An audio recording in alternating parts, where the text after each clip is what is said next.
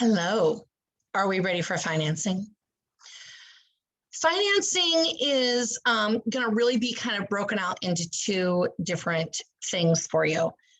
Financing, this section is going to really be the facts about financing and terminology, but then it's going to bleed over a little bit into calculations because a lot of this terminology, they're going to want you to be able to do the math on. So again, know that sometimes that makes it feel like you've got way more math questions than what you're expecting. And I think it's because there's a little gray area of taking terms into actual formulas and action and doing the math. Salesperson, you should have 8 test questions. Broker, you're probably going to have 7 or 8 on your section. Again, this is for financing. So the first thing is points. And I think that you'll need to know the term discount points. You will have math around this topic as well, but it is 1% of the amount borrowed, the amount borrowed. And I also want to step back to a previous conversation around the appraisal versus purchase price and how the lender lends money. So let's say we've got an assessed value of 200, an appraised value of 205, and a purchase price of 198. First of all, which of those 3 are we going to use? First of all, assessed value means nothing. That is for the purpose of charging you property taxes. Then we've got to pick the appraised value versus the purchase price. Whichever one is less is the number the lender is going to use. In this scenario, at 198, the purchase price is less. So that's the number that we're going to use to make our calculations. And the first thing the lender is going to look is the LTV, which is loan to value.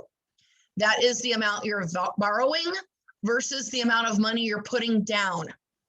So a 90% loan to value means you're putting 10% down and you're only borrowing 90%. So let's use easy math for Amy.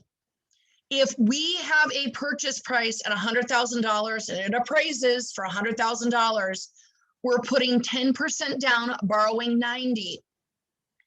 That means the $90,000 that we're borrowing is what you would calculate points off of. And again, it's 1% of the amount being borrowed. 1% of the amount being borrowed.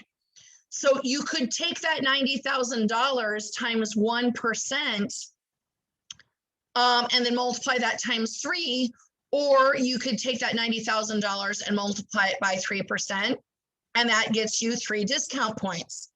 Now this might sound silly, but when you go to take the exam, keep in mind, you're not going to be able to have your Apple Watch on, take your cell phone in, and you're going to be using kind of what I'm going to call a dummy calculator, one you would get at the Dollar Tree, right? Just a plain, simple, no-nonsense calculator. So you're not going to have the advantage of getting in and typing 3, is that too close? And the percent button in order to do your calculations. You're going to actually need to know how to do what I call the decimal dance.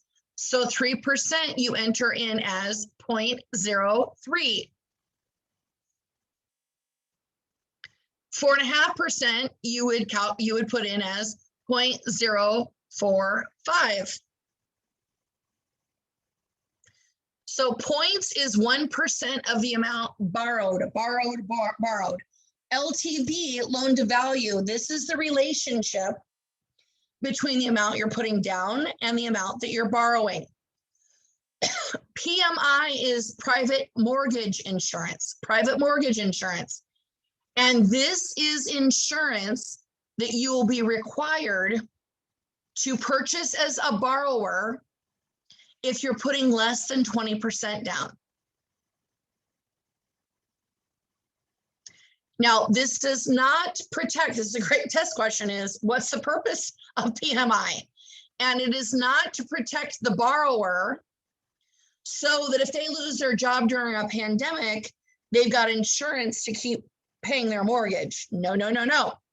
The borrower pays for it, but it is a security for the bank in case they default. Okay. Interest. This is the charge for borrowing money. So interest rate, first of all, is determined by the Federal Reserve, not the Consumer Protection Bureau, Consumer Financial Protection Bureau, CFPB. It's actually by the Federal Reserve. They're the ones that scale that interest rate up and down. So we know we've got rates as at 2.25 or 4.5. They're the ones that regulate that, but that's a charge for borrowing money. That's how the bank makes money off of your loan. PITI. This is the acronym for principal, interest, taxes, and insurance. Principal, interest, tax, insurance. This is what makes up someone's house payment. So they've got an amount that goes towards the principal balance. They've got an amount that goes towards interest, which is the charge from the bank. Taxes, which will go into an escrow account, which we set up escrow accounts anytime we're holding other people's money, so it's protected. So that when the bill comes due, the bank has the money to pay property taxes for you. And insurance, which would be either called hazard or homeowner's insurance, so that you've got coverage for the property in case it gets burned down. And the bank likes to be in control of that TI, taxes and insurance, so that you don't default on your property taxes and they lose the property to a tax sale, or the property burns down and there's no money to rebuild it. So they like to have some control in that. Okay. Financing instruments. We've got a mortgage and a promissory note. And then I'm going to give you a few other terms that are not on this list, but let's be careful. They could come up. A mortgage is what you sign that details the elements of your actual mortgage, how you're going to repay it, the interest, if you don't pay on time, what happens. And there's three elements to a mortgage that I'm going to add here for you.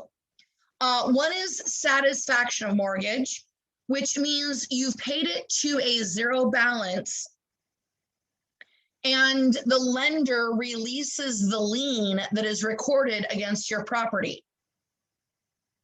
So it's a notice of satisfaction. An alienation clause is part of a mortgage typically that says, if you alienate this property, such as selling it to another owner, you're going to pay the balance that you owe to the bank in full. So I can't just have a mortgage of $100,000 on my house here, sell the house to you, take all that cash and blow it at the casino and keep the mortgage and keep paying on it. No, no, no, no. I sell this, I must satisfy that mortgage. They say that when you alienate it, you've got to pay off the balance in full. And then the last one is an acceleration clause, which is going to be around a foreclosure saying, if you default on payments, there's a possibility that the bank will accelerate the due date of your balance to be paid in full. So you can't just go 2 years and not pay your mortgage and then get caught up. And as long as you pay it off in the 30 years that you agreed to, you're good. No, no, no. It says if you stop making payments, they could move that completion date up from 2030 to 2022. Okay, so those are three good elements: satisfaction mortgage, alienation clause, and acceleration clause that are part of a mortgage. A promissory note is simply a promise to repay a debt. Okay, it's just saying I promise to repay. It's my personal promise to repay. It doesn't outline all the things that the mortgage does, But when you do take a mortgage, you'll sign the mortgage note and the promissory note. Okay. Types of loans. I think that the real key things here are, first of all, I think the list is jumbled just a little bit. Amortized loans is where we pay a fixed amount to, so I'm on number 5. Amortized loans is where we pay a fixed amount to the bank every month. And a certain portion of it goes towards principal balance and a certain portion of it goes towards interest.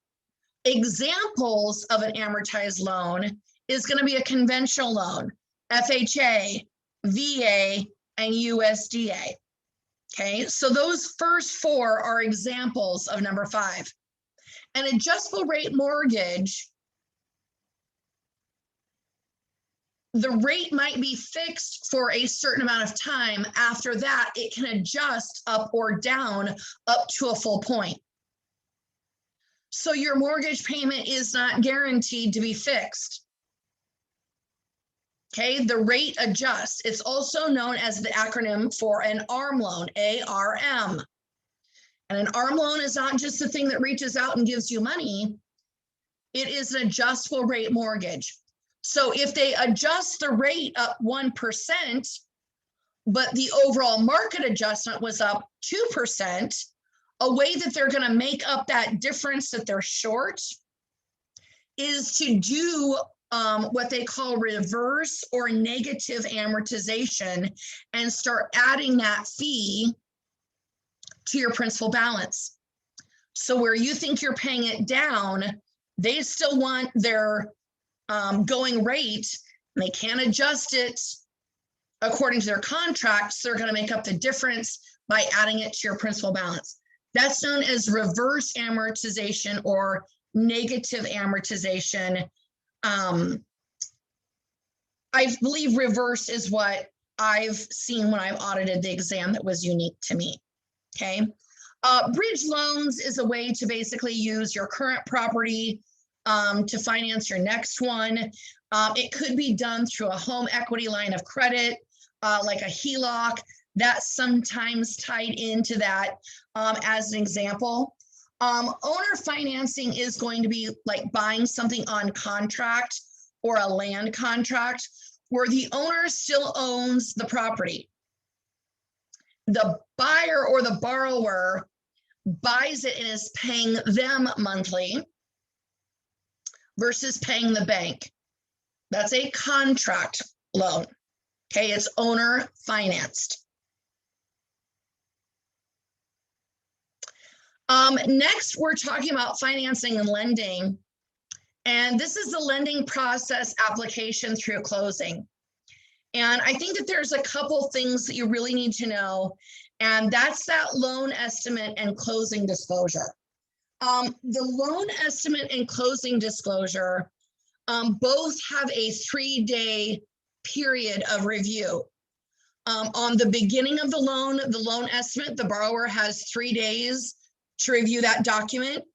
The closing disclosure, which is the final numbers to settle the property, they've got 3 days on the backside that they must review that. So if you got a closing on Friday, you got to have that closing disclosure by Tuesday in order to close on time. The key for it is no 3 days for each of those. But the real key is anything that affects the term of the loan must match identically quoted between the loan estimate and the closing disclosure. So if the loan estimate says that the appraisal will be 425, it's got to be 425 on the closing disclosure. And if the actual appraisal comes in at 450, the lender needs to eat that figure. Anything that affects getting the mortgage, so interest rate, annual percentage rate, pulling your credit score, this appraisal, again, anything that has to do with getting the loan, those figures must match front end and back end. Now, if let's say you had a seller that was going to not offer you a home warranty with the original deal as a borrower, as the buyer. And then right before closing, they said, you know what, we're going to offer you that home warranty you wanted. We just decided it's probably a good idea for both of us. And we amend the contract to now include that. That has nothing to do with establishing the loan for the borrower. So that could be changed and be different. This has to do with just things that affect borrowing money. Great test question. Okay. Truth in Lending, RESPA, which is the Real Estate Settlement Procedures Act.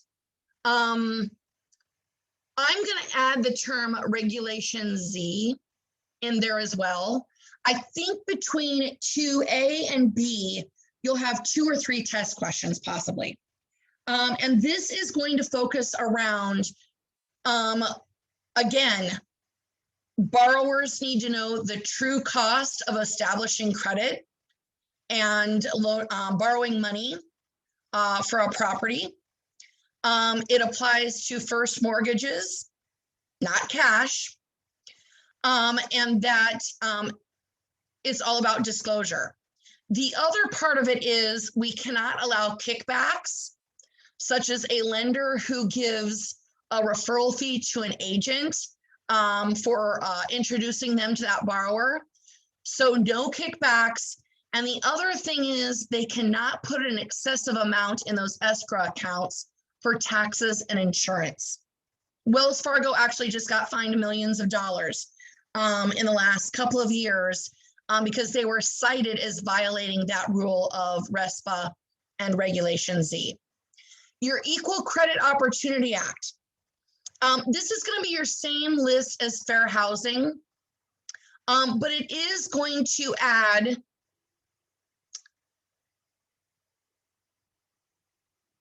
I believe the unique one that I'm going to want to point out to you is source of income,